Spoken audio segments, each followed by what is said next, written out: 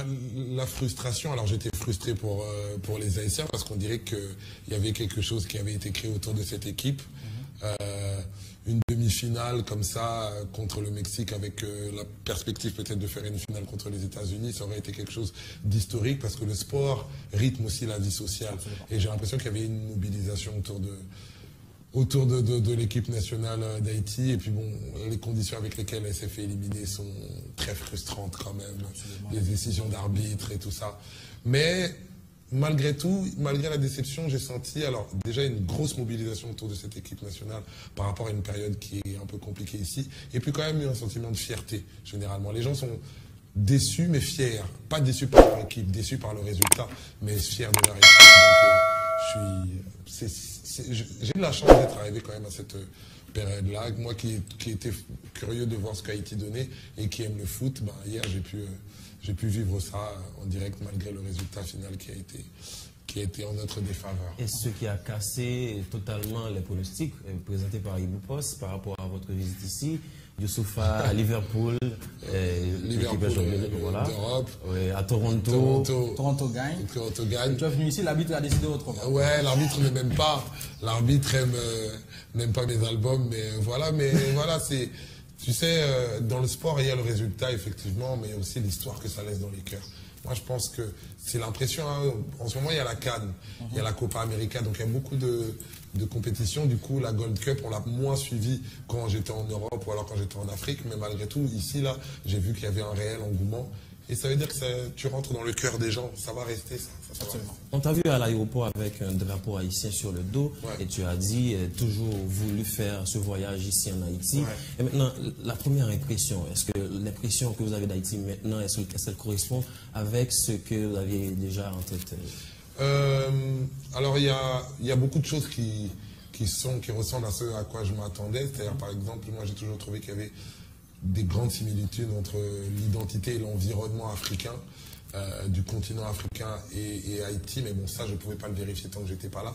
Et effectivement, en roulant dans les rues, en marchant dans les rues, ça s'est confirmé. Une impression de déjà vu, oui. Des visages, et puis des même, qui se ressemblent. Et puis, ouais, effectivement, ça ressemble beaucoup à des villes comme Abidjan ou Douala ou même Kinshasa. Et puis même dans le visage, dans l'air des Haïtiens, on a l'impression de retrouver des visages, des traits du Bénin, des traits des fois du Rwanda, des traits d'Éthiopie. C'est très varié en fait. J'ai l'impression que dans les visages que je vois dans les rues, quand je passe à travers les médias, les fans que je croise et tout, j'ai l'impression qu'il y a toutes les figures de l'Afrique. Et ça, j'avoue, c'est une idée que j'attendais de voir pour être ici si jamais ça ressemblait à ça, effectivement. Voilà, quoi. Tu te sens chez toi, il n'y a pas de nostalgie, on dirait que tu as retrouvé des cousins. Ouais, il y a de ça. Ce qui est quand même étrange, c'est que c'est des cousins qui ont été éloignés, séparés quand même depuis... là, on parle de décennies, on parle même plus de décennies, on parle de siècles. Mais à voir que cette identité-là reste intacte et tout, c'est assez troublant quand même. Mais du coup, ouais, c'est quelque chose, j'allais dire une force, non. C'est un trait d'Haïti qui fait que, effectivement, qui a peut-être participé à la fascination que j'ai pour l'île. Et voilà, et puis également l'histoire récente avec la construction du Congo, la construction de la nouvelle nation, les Haïtiens qui étaient partis là-bas pour la formation et tout. Donc ça donne quelque sorte, ça crée les liens. Ce qu'on appelle les liens indéfectibles. Ouais, c'est vraiment des liens indéfectibles qui sont, malheureusement, je déplore qu'ils ne sont pas assez connus. C'est-à-dire qu'effectivement, les Haïtiens qui s'intéressent à ça le savent, les Congolais qui s'intéressent à ça le savent, mais d'une manière générale, l'histoire générale ne raconte pas assez ce genre de connexion de peuple noir. On parle de panafricanisme, mais du coup, Haïti, dans cette démarche-là, rentre dans le panafricanisme général, tu vois, et il y a comme on dit, un ami à moi, rappeur, à l'ancienne, quand on était plus jeune, il y avait cette expression-là, organisation des nègres unis. Et pour supplanter l'ONU, nous, on n'a pas l'ONU, nous, on a l'organisation des nègres unis. Et ben ça, c'est l'international de l'identité noire. Et effectivement, il faut le dire, là, que voilà, il y a eu beaucoup d'échanges culturels avec des Haïtiens qui sont venus vers le Congo, et qui ont apporté aussi leur enseignement et qui ont on s'est élevés les uns les autres et que ça a contribué aussi à une certaine Très bien. émancipation. Alors, si tu permets, Joël, Youssoupha, tu es là pour un petit moment, on va dire. Ouais. Le concert, c'est vendredi. Et pendant qu'on y est, c'est vrai qu'on a vu les interviews de Youssoupha partout, sur les chaînes. Et récemment, j'ai regardé cette interview avec BET. Donc, tu as parlé de toi. Mais là, on va essayer de poser des questions comme nous, on l'entend. Et essayer de voir à travers votre carrière. C'est le but. De votre carrière, près de 20 ans, je crois. Et le premier album s'est sorti en 2007. Et je laisse à Joël le temps de formuler autour de ce que cela représente cette carrière. Justement, mais en fait, en écoutant Polaroid Experience, on a comme l'impression que c'est une œuvre autobiographique. On va revenir là-dessus. Mais si tu devrais parler de Youssoupha et aujourd'hui, est-ce qu'il y a des événements qui peuvent vous permettre de vous décrire en tant qu'artiste? Phrases. Tu parlais de Polaroid Experience, par exemple. Il y a une phrase que je dis dans le morceau Polaroid Experience. Beaucoup choisissent d'avoir raison, moi j'ai choisi d'être heureux. Je pourrais citer plein de phrases comme ça, mais celle-là, elle est récente et elle traduit assez bien mon état d'esprit. C'est-à-dire que avant, on était dans une espèce de conflit où on cherche à avoir raison, on cherche à avoir le dernier mot, quoi que ce soit. Et ça m'élève pas. C'est un peu la maturité. Ouais, je cherche à être heureux pour moi parce qu'au fait, le bonheur, l'accomplissement, c'est pas heureux juste parce que on gagne beaucoup d'argent, parce qu'on a une belle voiture, ça peut se participer à être heureux, mais il n'y a pas que ça. Et je veux être heureux parce que j'ai l'impression que quand je suis heureux et accompli, je suis un meilleur père pour mes enfants, je suis sans doute un meilleur mari pour leur mère, je suis un meilleur artiste pour ceux qui suivent ma musique, et je suis un meilleur partenaire pour voilà. Et je travaille cet accomplissement-là. On a tout à l'heure, dans l'introduction de l'émission, tu as introduit justement par quoi j'étais passé, et des moments plus compliqués que d'autres, des moments même très compliqués. Mais ce que je veux en tirer, c'est la manière dont ça m'a fortifié, ça m'a élevé, ça m'a donné de la hauteur par rapport aux choses. Si j'ai pu survivre à ça, si j'ai pu malgré tout devenir un artiste international qui est épanoui dans sa musique et tout, malgré le fait que tous les baromètres étaient à ce moment-là, en tout cas contre moi, c'est l'impression qu'on pouvait avoir, c'est que mine de rien, voilà, ce que j'en retiens, c'est que voilà, c'est des épreuves, c'est des choses compliquées, mais on en crée quelque chose, on crée une résilience, on tourne ce qui est supposé être mauvais en quelque chose de positif. Et j'aimerais bien que si jamais il y a une chose à retenir de moi, ça serait ça. Et on dirait à travers ce discours, Youssoupha se définit à travers ce mot-là, détermination. Donc malgré les échecs, malgré les obstacles, tu te dis, j'ai un objectif précis et je vais aller dans cet endroit-là. Mais ça paraît paradoxal puisque vous parlez aussi dans votre musique de karma. Oui. Ouais, non mais le karma, comme je vais être un peu cru, comme les Américains disent, karma is a bitch. C'est-à-dire que le karma c'est cruel, le karma peut se retourner mal et tout ça. Là. Et au fait, le karma c'est la lumière qu'on a en nous-mêmes, la lumière qu'on entretient à travers notre identité, nos rêves, nos aspirations, nos perspectives. Et souvent, Haïti en a un bon exemple. C'est bien qu'on recontextualise par rapport au fait qu'on est ici. Moi, par exemple, je le disais avec quelqu'un tout à l'heure, quand les gens qui sont extérieurs à Haïti parlent d'Haïti, ils ont souvent des termes négatifs. Ouais, Haïti, c'est la misère. Haïti, c'est le malheur. Haïti, c'est l'obscurité et tout ça. Là. Mais les Haïtiens, la plupart que je rencontre, ont conscience des choses qui sont compliquées, comme partout. Mais ils en tirent aussi l'épaisseur de cette identité-là. Ils sont en train de chercher à comment s'élever, la fierté, tout ce que Haïti a construit. Et au fait, c'est ça qui permet au peuple, aux gens, même individuellement, de se relever. Oui, il y a des choses qui tournent mal et qui tournent contre le vent qu'on aurait aimé, mais il faut retenir des gens, c'est à travers les choses positives et les choses qu'on a construites, solides, qui nous rendent fiers, qui sont décomplexées, qu'on s'élève. Moi, j'aime bien, peu importe ce qui m'est arrivé, moi, effectivement, il y a des moments en France, on a été très humiliés. Si jamais j'avais retenu que ça, j'aurais été complexé et j'aurais retenu que la partie où je suis humilié. Et j'ai retenu la partie qui me rend fier de moi, ou que je suis décomplexé. Et à partir de ça, je vais permettre un petit peu plus de détails. Être noir, né en Afrique, rappeur en France, est-ce que ces caractéristiques-là fait qu'il y ait une certaine catégorisation et qui vous donne une réalité particulière. Noir, né en Afrique ou n'importe où ailleurs, et rappeur en France. Quelle est la réalité de cette catégorie d'artistes? La réalité, je vais pas jouer sur les mots, la réalité c'est beaucoup de stigmatisation quand même. Déjà au-delà d'être rappeur, même déjà être noir en France, c'est compliqué.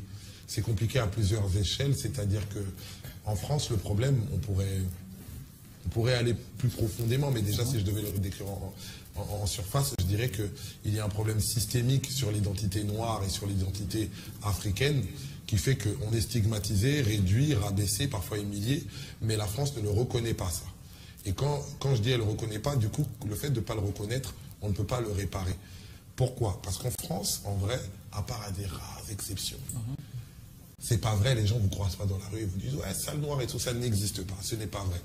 Et du coup, la société française se force sur ça, on dit « ouais, mais non, mais est-ce qu'on vous insulte de noir dans la rue, etc. et tout ça ?» Non, mais ça, à la limite, je m'en fous. Le problème, c'est quoi? C'est pour l'embauche, par exemple, par rapport à une profession, quand on veut chercher un travail, face à la police, face aux juges, face à dans les jugements à l'école. En un mot, on dirait le système. C'est-à-dire à la limite que moi, des individus lambda, une vieille ou quoi que ce soit, qui trouvent que oui, les Africains, dégage chez toi. Je m'en fous d'elle, en fait. C'est pas grave. Ça a pas de. Je cherche pas à la plaire. Mais c'est les obstacles à la vraie émancipation qui posent problème. Voilà, les obstacles à la vraie émancipation sociale. Parce que par contre, un appartement, moi, ou alors mon fils, ou alors mes cousins ou mes neveux peuvent en avoir besoin. Ma nièce peut avoir besoin d'accéder à une grande école. La police peut. Ma tante peut avoir besoin de justice. Et là, dans ces moments clés-là, cette stigmatisation-là fonctionne. Et du coup, mais celle-là, elle n'est pas assumée. Et du coup, on ne peut pas la réparer. Et on a un gros décalage parce que, effectivement, le système français est dans un mode où quand on décrit ce racisme-là, on dit « ouais, mais c'est une posture victimaire, c'est facile ». Moi, je ne suis pas une victime, c'est sûr que je ne suis pas une victime. Mais ça existe. Je ne cherche pas la... Juste pour préciser une chose, la plupart des Noirs en France ne cherchent pas l'approbation, la reconnaissance. Ils s'assument. Voilà, ils s'assument. Ils veulent juste être affranchis et sur un pied d'égalité. Ils demandent juste un sentiment de justice. Mais sinon, ils ne demandent pas la validation ni esthétique, ni d'éducation, ni culturelle des institutions françaises. On ne court même plus après ça. Et puis, ce n'est pas ça le plus important, en fait. Et ça, ce décalage-là, malheureusement, empêche la société française d'avancer. Parce que, mine de rien, la société française a beaucoup à gagner, à prendre de ce qu'il y a le plus riche aussi dans l'identité noire des gens qui Une question moins politique, votre famille dans tout ça, à part la musique, Youssoupha, il fait quoi? Ma famille en général, ou alors ma femme, mes enfants. Moi, on est dans J'en profite pour vous demander, Youssoupha, 5, 6, il y a combien aujourd'hui? Combien d'enfants avec madame? Je suis très en dessous des standards de mon père qui, lui, est parti vite et loin. Non, moi, j'en ai que 2. Mon père, quand il était encore vivant, paix à son âme, il se foutait de ma gueule, clairement. Il disait 2 enfants, c'est rien ça. Voilà, donc, non, on parle de taboulet. Voilà, on parle de taboulet Rochereau. Non, j'en ai 2. C'est un peu culturel ça, le fait d'avoir beaucoup d'enfants Je ne sais pas si c'est culturel. Bon, dans le cas de mon père, non, c'est parce que c'était un amoureux. C'était rien de culturel, c'était un amoureux. Aussi, on dirait qu'il était fambré. Fambré, comment on le dirait, comment on le traduirait ça, parce que un homme à femme. Ouais, c'était un amoureux. Moi, je dirais plutôt que c'était un amoureux. C'est sa version à lui. Voilà. Mais non, la vie de famille va bien. Non, la vie de famille va bien. J'ai la chance d'avoir 2 enfants qui sont merveilleux. Le facteur temps est merveilleuse. Le facteur temps est compliqué. Au début, je le vivais mal. J'avais un peu de complexe par rapport à ça parce que je me disais, ouais, mais quand même, je vois pas mes enfants comme il faudrait, etc. et tout. Mais si tu regardes bien, regarde même autour de toi. À partir du moment où tu as des parents, ou les gens qui s'occupent de toi, qui ont un travail, qui doivent s'investir dans quelque chose et tout, c'est facile pour personne. Il n'y a pas que les gens dans la musique. Nous, ça se voit parce qu'on est médiatisé. Mais quand ton père ou ta mère est responsable dans une entreprise, ou alors travaille dans la sécurité, ou dans le bâtiment, ou peu importe, c'est compliqué. C'est pas vrai que... Voilà. Souvent on dit, ouais, mais c'est les artistes et tout. Même les femmes qui font le ménage, elles ne voient pas autant leur famille que ça. Et c'est compliqué pour tout le monde. Donc j'ai arrêté de me plaindre sur ça parce qu'on est tous à la même enseigne à ce niveau-là. Très bien. On revient sur la carrière musicale pour parler de vos collaborations. Il y en a beaucoup, un tas. Youssoupha sur des tracks avec d'autres artistes ou sur des albums en général, c'est large. Ouais. Et ça dépasse même peut-être le nombre de musiques qu'il y a sur Ouais. 5 albums. Ouais. Donc j'ai envie de vous demander, est-ce qu'il y a, par rapport à cette panoplie, est-ce qu'il y a jamais eu de critères spécifiques pour collaborer avec un artiste où il y en a mais on ne les voit pas? Parce qu'ils sont assez différents. Ouais, il y a des critères. critères. Moi, effectivement, je suis perçu comme un rappeur conscient, militant et tout ça, là. Et effectivement, c'est ce qui ressort avec l'écriture et tout ça. C'est ce qui ressort, mais je suis quelqu'un quand même, je viens du Congo et j'aime bien la fantaisie et la légèreté aussi. Tu regarderas dans mes albums, il peut y avoir des morceaux comme Polaroid Experience ou Entourage, mais il peut y avoir aussi des morceaux comme On se connaît ou alors M'en aller, etc. Parce que j'aime bien aussi cette légèreté-là. Donc du coup, un peu comme dans la société générale, il y a des moments, tu as envie d'aller à l'école, il y a des moments, tu as envie d'aller au restaurant, il y a des moments, tu as envie d'aller en boîte, il y a des moments, tu as envie d'aller à la bibliothèque. Absolument. Et ça dépend de mon envie. Et par contre, je ne fais pas avec n'importe qui, n'importe quand, selon les séquences, selon ce que je traverse. Il y a des gens que j'affectionne particulièrement. Et puis des fois, il y a un artiste que je connais peu, où je ne pensais pas avoir à partager avec lui. Et puis sa chanson, il me l'a fait écouter, et je dis, ah waouh, la chanson, le projet est bon. Vraiment, il faut que ça soit la vibe. Après, il y en a que je préfère. Et en parlant de collaboration, il y a 2 collaborations qui nous intéressent. C'est celle avec Kerry James, d'abord Contre nous. Ouais. Contre nous, et dans cette musique-là, vous balancez des critiques l'un à l'endroit de l'autre. Il y a On ne fait pas semblant. Est-ce qu'il y a une vraie polémique que vous vouliez faire taire à partir de ce projet-là? Non, mais il faut déjà recontextualiser les choses. Kerry James, moi, c'est un ami, ça c'est sûr, c'est un frère même. Et puis c'est quelqu'un que j'ai écouté beaucoup quand j'étais petit. C'est-à-dire, du coup, se retrouver avec lui quand j'ai grandi, à avoir sa reconnaissance, partager des morceaux avec lui, il faut savoir que c'est très intimidant parce que pour moi c'est une grande figure. Mais c'est très vraisemblable dans les textes. Ouais. Je me souviens de cette partie où vous dites Kerry James, je t'aime pas, je dissimule. Donc quelque part, on a l'impression qu'il y a une... Là je fais semblant parce que je suis un grand fan. Mais tu sais pourquoi? Alors vraiment sans t'interrompre, quand on a écrit ce texte, il a écrit sa partie où il me rentre dedans et j'ai écrit ma partie. Pour éviter de s'influencer, chacun a écrit de son côté.